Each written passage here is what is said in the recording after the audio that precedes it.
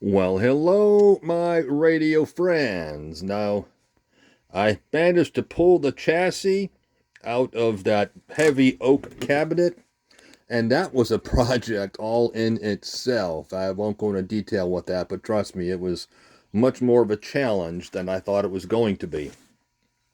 Um, Doing precursory checks of the innards and the rear of the panel here, it looks very ominous. Um, it kind of is and kind of isn't. There's good and bad. I've done some precursory checks and looks at things. Positive note, both these audio transformers are good. So I'll take that as a win. Um, there's variable couplers for tuning and variometers and so forth. What it appears, and I got to give credit to Alan Larson, he made the observation. It appears they employed two different front ends of the set for tuning.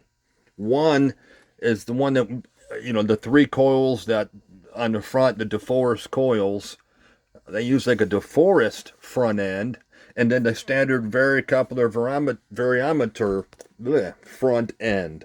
It's like one front end's here, another front end is here. Don't know why they did that. And there's, out of all these variometers and varicouplers, there's this one here is fine. It turns and rotates just fine. This one does turn and rotate with a slight drag. I think I'll be able to just tweak that a little bit and get that one operable. This one here, it's fixable, I do believe, but on the rotor, if you want to call it that, the wires have come off, but I believe I'll be able to position these and possibly glue those back into place. I'm optimistic. It is a beast. I mean, I'm not gonna lie to you. It is a beast. I knew I was in for a challenge when I purchased it, and quite frankly, I'm kind of looking forward to it. Because they've utilized two different front ends, they've had to go to a rather elaborate switch network. In fact, there's two of these switches on this set.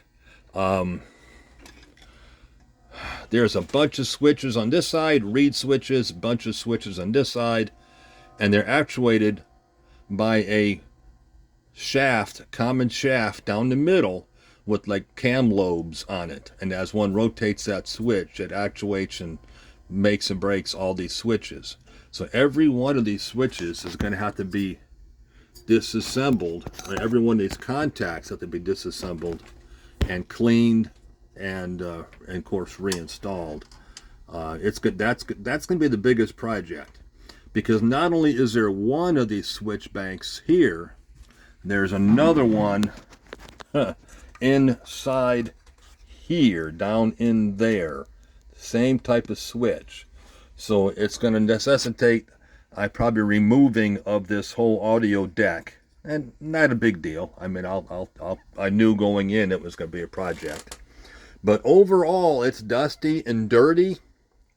But it looks to be all original for the time it was originally put together.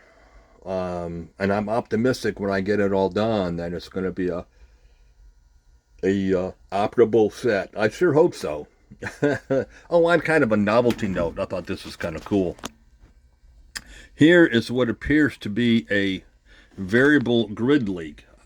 There's a shaft that goes to the front panel, and one rotates this, and I'm going to have to dig a little further to see how it goes about changing resistances, but I suspect that's a variable grid leak, because one side of it comes right off and goes to your grid of your tube here.